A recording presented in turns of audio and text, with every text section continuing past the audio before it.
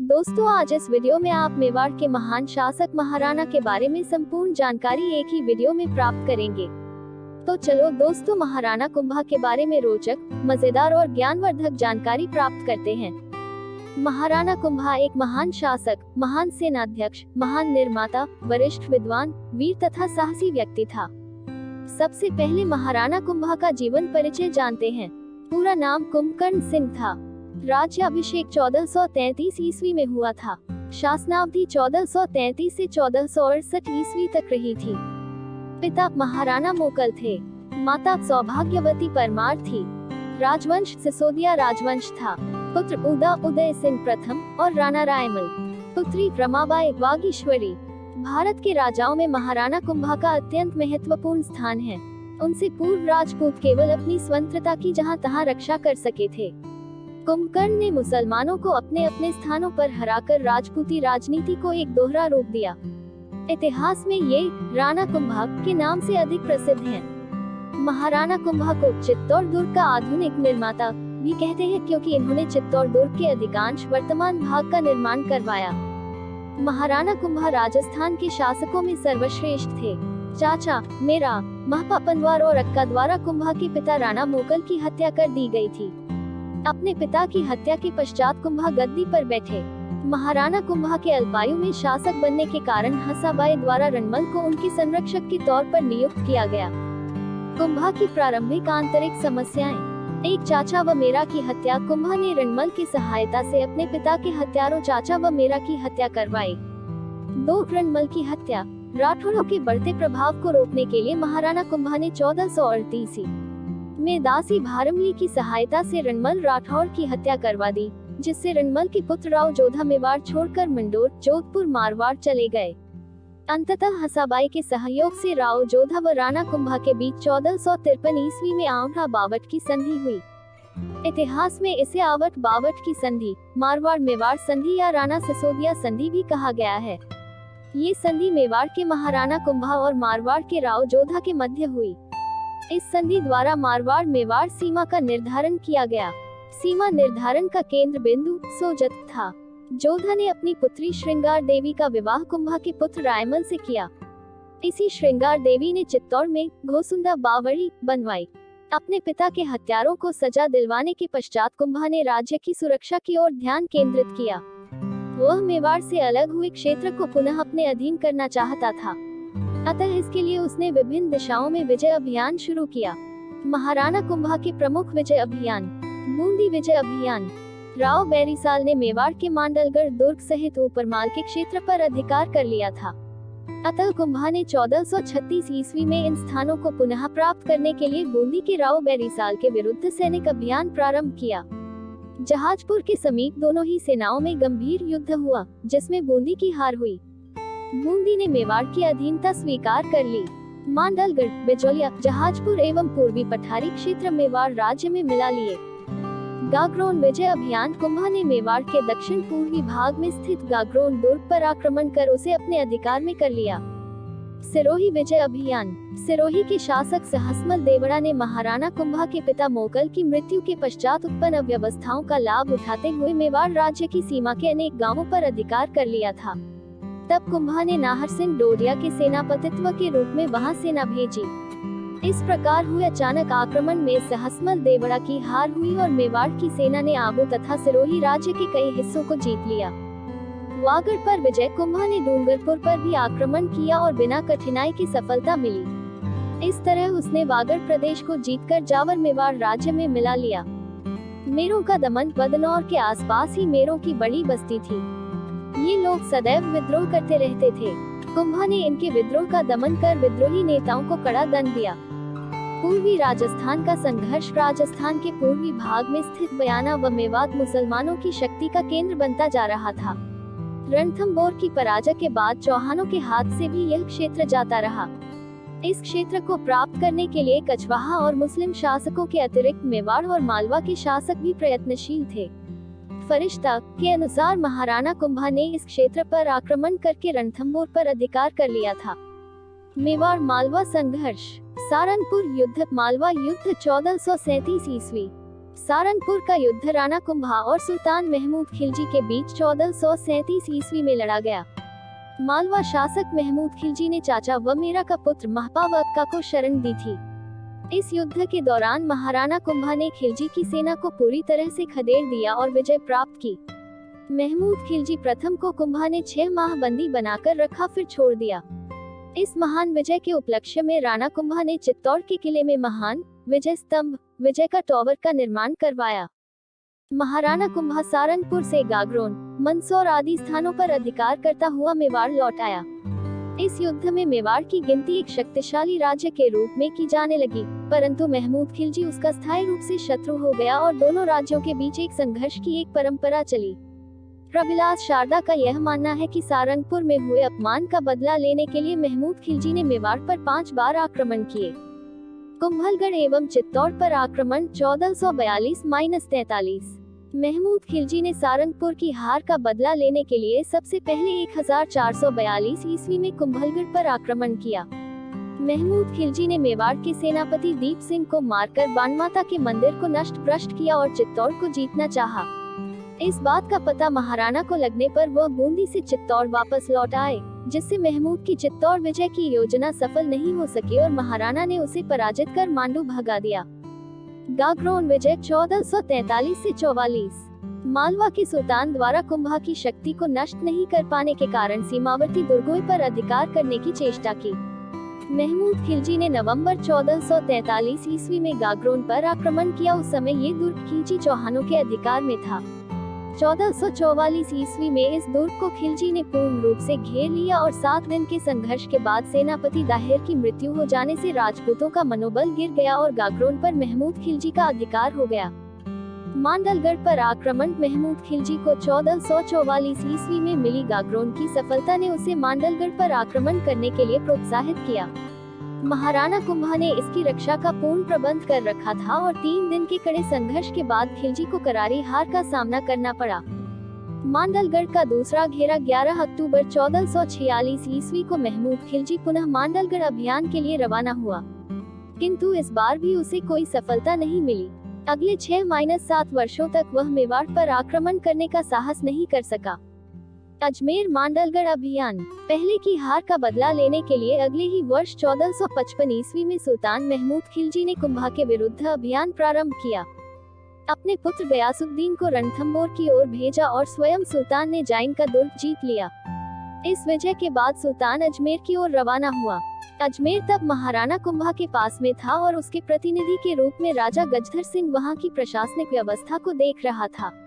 सुल्तान को इस बार भी पराजित होकर मांडू लौटना पड़ा था। अक्टूबर 1457 ईस्वी में सुल्तान का मांडलगढ़ पर अधिकार हो गया। इसका कारण ये था कि तब महाराणा कुंभा गुजरात से युद्ध करने में व्यस्त था, किंतु शीघ्र ही उसने मांडलगढ़ को पुनः हस्तगत कर दिया। कुंभलगढ़ आक्रमण 1459 ईस्वी। मालवा के सुल्तान ने 1459 ईस्वी में कुंभलगढ़ पर फिर आक्रमण किया। युद्ध में महमूद खिलजी को गुजरात के सुल्तान ने भी सहायता दी थी, किंतु सफलता नहीं मिली। जावर आक्रमण 1459 ईस्वी के पश्चात सुल्तान का मेवाड़ में दबाव कम हो गया था, इसलिए 1467 ईस्वी में वह एक बार पुनः जावर तक पहुंचा। तब कुंभा ने उसे खदेड़कर यहां से जाने के लिए बाध्य कर दिया। मेवाड़ गुजरात संघर्ष 1455 ईस्वी से 1460 ईस्वी। कुंभा का गुजरात से संघर्ष का तात्कालिक कारण शम्स खां और मुजाहिद खां के बीच नागौर का उत्तराधिकार संघर्ष रहा। अपने पिता फिरोज खां की मृत्यु के पश्चात उसके छोटे पुत्र मुजाहिद खां द्वारा राजगद्दी पर अधिकार कर लेने पर शम्स खां ने कुंभा से सहायता मांगी।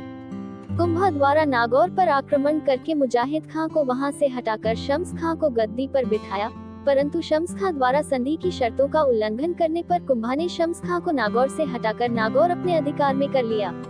शम्स खां गुजरात पहुंचकर वहां से सैनिक सहायता प्राप्त कर महाराणा से युद्ध करने को बढ़ा, परंतु विजय का सेहरा मेवाड़ के सिर बंधा।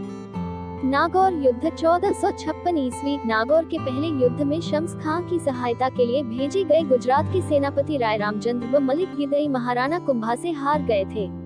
इस हार का बदला लेने तथा शम्स खां को नागौर की गद्दी पर बिठाने के लिए 1456 ईस्वी में गुजरात का सुल्तान कुतुबुद्दीन सेना के साथ मेवाड़ पर बढ़ा। तब सिरोही को जीतकर कुंभलगढ़ का घेरा डाल दिया, किंतु उसमें उसे असफल होकर लौटना पड़ा।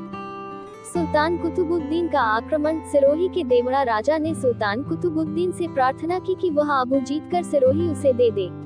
सुल्तान ने इसे स्वीकार कर लिया। आबू को कुंभा ने देवड़ा से जीता था। सुल्तान ने अपने सेनापति इमादुल-मुल्क को आबू पर आक्रमण करने भेजा, किंतु उसकी पराजय हुई। इसके बाद सुल्तान ने कुंभलगढ़ पर चढ़ाई कर 3 दिन तक युद्ध किया। मालवा गुजरात का संयुक्त अभियान। बदनौर के युद्ध 1457। गुजरात एवं मालवा के सुल्तानों ने चंपानेर नामक स्थान पर समझौता किया। इतिहास में ये संधि चंपानेर की संधि के नाम से जानी जाती है। इसके अनुसार दोनों की सम्मिलित सेनाएं मेवाड़ पर आक्रमण करेगी तथा विजय के बाद मेवाड़ का दक्षिण भाग गुजरात में तथा शेष भाग मालवा में मिला लिया जाएगा। कुतुबुद्दीन शाह आबू को विजय करता हुआ आगे बढ़ा और मालवा का सुल्तान महमूद खिलजी दूसरी ओर से आगे बढ़ा।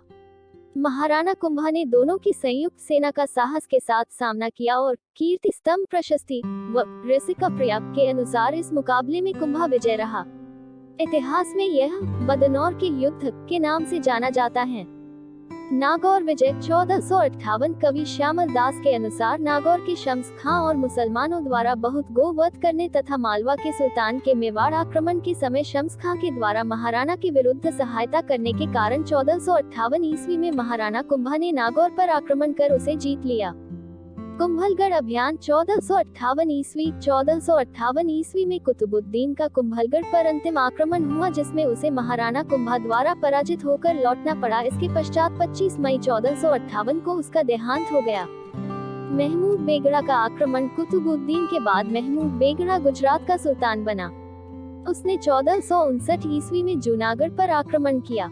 वहाँ का शासक कुंभा का दामाद था, अतः महाराणा उसकी सहायतार्थ जूनागढ़ गया और सुल्तान को पराजित कर भगा दिया। महाराणा कुंभा की स्थापत्य कला। मेवाड़ के राणाओं की विरासत में महाराणा कुंभा एक महान योद्धा, कुशल प्रशासक, कवि, संगीतकार जैसी बहुमुखी प्रतिभाओं के धनी होने के साथ साथ विभिन्न कलाओं के कलाकारों तथा साहित्य सर्जकों के प्रश्रयदाता भी थे। इतिहासकार कुंभा की प्रशंसा करते हुए कहते हैं कि महाराणा कुंभा के व्यक्तित्व में कटार, कलम और कला की त्रिवेणी का अद्भुत समन्वय था। लगातार युद्धों में लगे रहने के बावजूद 35 वर्षों का महाराणा कुंभा का काल सांस्कृतिक दृष्टि से मेवाड़ के इतिहास का स्वर्ण युग माना जाता है। निसंदेह हम कह सकते हैं कि इतिहास में कुंभा का जो स्थान एक महान विजेता के रूप में है, उससे भी बड़ा व महत्वपूर्ण स्थान उसका स्थापत्य और विविध विधाओं की उन्नति के पुरोधा के रूप में है। कुंभा का समय राजस्थान की स्थापत्य कला का स्वर्ण काल माना जाता है। शाहजहां का समय भारत की स्थापत्य कला का स्वर्ण काल माना जाता है। कुंभा की वास्तुकला। कुंभा वास्तु व स्थापत्य कला का मर्मज्ञ था। इसके काल में मेवाड़ ने वास्तुकला के क्षेत्र में सर्वाधिक प्रगति की थी। कुंभा ने अनेक दुर्गों का निर्माण कराया तथा कवि श्यामल दास द्वारा रचित वीर विनोद के अनुसार ऐसा माना जाता है कि मेवाड़ की 84 दुर्गों में से 32 दुर्ग महाराणा कुंभा ने ही बनवाए थे। कुंभा द्वारा निर्मित प्रमुख दुर्ग। बसंतगढ़ दुर्ग पश्चिमी सीमा को सुरक्षित रखने के लिए सिरोही के निकट बसंती का दुर्ग बनवाया। मचान दुर्ग मेरों के प्रभाव को रोकने के लिए मचान का दुर्ग बनवाया। भूमठ का दुर्ग भीलों की शक्ति पर नियंत्रण हेतु भूमठ का दुर्ग बनवाया। अचलगढ़ का दुर्ग केंद्रीय शक्ति को पश्चिम में अधिक सशक्त बनाने और सीमांत क्षेत्रों में सैनिक सहायता पहुंचाने के लिए आबू में अचलगढ़ दुर्ग का निर्माण कराया। कुंभलगढ़ दुर्ग अरावली के पश्चिम में मेवाड़ और मारवाड़ की सीमा पर कुंभलगढ़ नामक दुर्ग बनवाया। इस किले का प्रारंभिक नाम मच्छिंद्रपुर था, जिसका पुनर्निर्माण महाराणा कुंभा ने 1443 ईस्वी में प्रारंभ किया, जो 1458 में पूरा हुआ, जिसे कुंभलगढ़ नाम दिया गया। चित्तौड़गढ़ दुर्ग। कुंभलगढ़ के अलावा महाराणा ने चित्तौड़गढ़ दुर्ग को भी पुनः निर्मित करवाया। इसी दुर्ग में उन्होंने सुप्रसिद्ध विजय स्तंभ और कीर्ति स्तंभ भी बनवाए। कर्नल टॉड के अनुसार महाराणा कुंभा ने ही मेवाड़ को सुदृढ़ दुर्गों से सुसंपन्न करके अपना नाम चिरस्थायी कर दिया।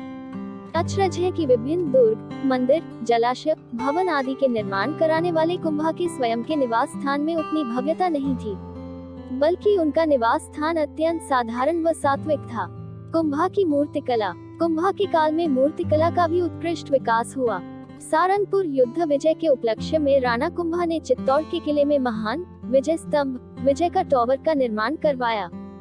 विजय स्तंभ विष्णु ध्वजगढ़ मूर्तियों का अजायब घर चित्तौड़गढ़ दुर्ग में है, जिसका निर्माण 1440 से 48 के मध्य करवाया गया था। इसके शिल्पी चेता, नापा, पामा, पूंजा थे। ये 9 मंजिला है। उस समय इसके निर्माण में खर्चा 90 लाख रुपए आए थे। इसमें कुल सीढ़ियां 157 हैं। इसकी ऊंचाई 120 से 122 फीट है।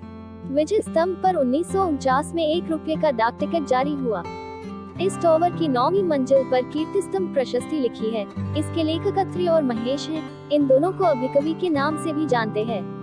इसकी तीसरी मंजिल पर अरबी भाषा में 9 बार अल्लाह लिखा है। 8वीं मंजिल पर कोई मूर्ति नहीं है। इसका पुनः निर्माण स्वरूप सिंह द्वारा करवाया गया। ये राजस्थान पुलिस एवं माध्यमिक शिक्षा बोर्ड का प्रतीक चिन्ह है। विजय स्तंभ के उपनाम डॉक्टर गोट्स, भारतीय मूर्तिकला का विश्वकोश कहा। उपेंद्रनाथ डे, विष्णु ध्वजगुड़ कहा है। फर्ग्यूसन, रोम के टार्जन के समान बताया है। R.P. व्यास, हिंदू प्रतिमा शास्त्र की अनुपम निधि कहा है। गोपीनाथ शर्मा, लोक जीवन का रंगमंच कहा है। गौरी शंकर हीराचंद ओझा, पौराणिक देवताओं का अमूल्य कोश कहा है। सीमा राठौर, संगीत की भव्य चित्रशाला बताया है। चित्तौड़गढ़ के किले में कुंभ श्याम मंदिर, कुंभस्वामी मंदिर, लक्ष्मीनाथ का मंदिर, मीरा मंदिर, श्रृंगार चवरी और रामकुंड महाराणा कुंभा ने बनवाए। महाराणा कुंभा कालीन संगीत व साहित्य। कुंभा के काल में संगीत, साहित्य एवं चित्रकला के क्षेत्र में उल्लेखनीय प्रगति हुई। कुंभा स्वयं अपने समय का एक महान संगीतज्ञ था और कई विद्वानों एवं साहित्यकारों का आश्रयदाता था। ज्ञान की विभिन्न शाखाओं में पारंगत कुंभा को वेद, स्मृति व मीमांसा का अच्छा ज्ञान था। उसने कई ग्रंथों की रचना की जिसमें संगीत राज, संगीत मीमांसा, सूर प्रबंध प्रमुख हैं। संगीत राज की रचना विक्रम संवत 1509 में चित्तौड़गढ़ में की गई थी, जिसकी पुष्टि कीर्ति स्तंभ प्रशस्ति से होती है। ये ग्रंथ 5 भागों में बटा है। पाठ्य रत्न कोश, गीत रत्न कोश, वाद्य रत्न कोश, नृत्य रत्न कोश, रस रत्न कोश, कामराज रत्नसार, सुधा प्रबंध, एकलिंग महात्म्य का प्रथम भाग, राज वर्णन कुंभा ने लिखा। कुंभा द्वारा रसिक प्रिया, संगीत रत्नाकर और चंडी शतक नामक टीका लिखी गई। कुंभा द्वारा लिखे गए नाटक मुरारी संगति कन्नड़ में, रस नंदिनी मेवाड़ी में, नंदिनी वृत्ति मराठी में, अतुल्य चातुरी संस्कृत में। महाराणा कुंभा के दरबारी विद्वान। अत्रि कुंभा के दरबार का प्रमुख दरबारी विद्वान था। कीर्ति स्तंभ प्रशस्ति का लेखन इसी को सौंपा गया, परंतु इसे पूर्ण उनके पुत्र महेश ने किया। मंडन दरबार का दूसरा महत्वपूर्ण विद्वान सूत्रधार मंडन था। ये कुंभलगढ़ दुर्ग का प्रमुख शिल्पी था। मंडन के प्रमुख ग्रंथ राजवल्लभ, इसके 14 भाग है। राजवल्लभ प्रसाद मंडन महल निर्माण की जानकारी, देव मूर्ति मंडन मूर्ति निर्माण की जानकारी, शकुन मंडन शकुन शास्त्र की जानकारी, कोदंड मंडन धनुर्विद्या की जानकारी, वास्तु मंडल, रूप मंडल नाथा मंडन का छोटा भाई। इसने वास्तुमंजरी ग्रंथ लिखा। गोविंद मंडन का पुत्र। इसने कलानिधि, द्वार दीपिका, उद्धार धोरिणी ग्रंथ लिखा। हीरानंद मुनि कुंभा के गुरु। कुंभा ने इन्हें कविराजक की उपाधि दी। कुंभा के दरबार में जैन विद्वान सोम सुंदर, मुनि सुंदर, जयचंद सूरी, सुंदर सूरी, सोमदेव। चित्रकला की दृष्टि से भी यह युग बड़ा ही महत्वपूर्ण था। सुपासना चरित्रम चित्रित ग्रंथ महाराणा कुंभा के काल की देन है। इसमें स्वर्ण स्याही का प्रचुर प्रयोग किया गया है। निस्संदेह कुंभा के शासनकाल में सांस्कृतिक क्षेत्र में मेवाड़ ने चहुमुखी उन्नति की। महाराणा कुंभा की उपाधियां। अभिनव भट्टाचार्य, संगीत के ज्ञाता होने के कारण। राणो रासो, साहित्यकारों के आश्रयदाता होने के कारण। हिंदू सुल्तान, मुस्लिम शासकों द्वारा दी गई उपाधि। नव्य भारत कीर्ति स्तंभ प्रशस्ति में कहा गया। हाल गुरु, छाप गुरु, दान गुरु, राजगुरु, परम गुरु, शैल गुरु, नंदीश्वर अवतार, प्रजापालक। महाराणा कुंभा की मृत्यु। ऐसे वीर प्रतापी विद्वान महाराणा का अंत बहुत दुखद हुआ। अपने अंतिम समय में नहीं उन्माद रोग हो गया था, जिसके चलते उनके पुत्र उदयकरण सिंह ने 1468 ईस्वी में उनकी हत्या कर दी और स्वयं मेवाड़ के सिंहासन पर आसीन हो गया। गोपीनाथ शर्मा के अनुसार कुंभा की मृत्यु केवल उसकी जीवन लीला की समाप्ति नहीं थी, वरन यह संपूर्ण कला, साहित्य, शौर्य की परंपरा में गतिरोध था। कुंभा के अंत से इस प्रकार की सर्वतोन्मुखी उन्नति की इतिश्री दिखाई देती है, जिसका पुनः आभास महाराणा राज सिंह के काल में फिर से होता है। अद्वितीय विधाओं और प्रतिभाओं के धनी महाराणा कुंभा ने वास्तव में अपनी युद्ध नीति, कूटनीति, कला, साहित्य प्रियता तथा दूरदर्शिता से मेवाड़ को महाराज्य बना दिया था।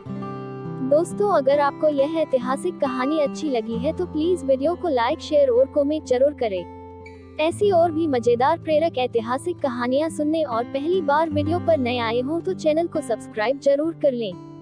चलिए दोस्तों, मिलते हैं एक नई ऊर्जावान कहानी के साथ। यहाँ तक वीडियो में बने रहने के लिए सभी का धन्यवाद।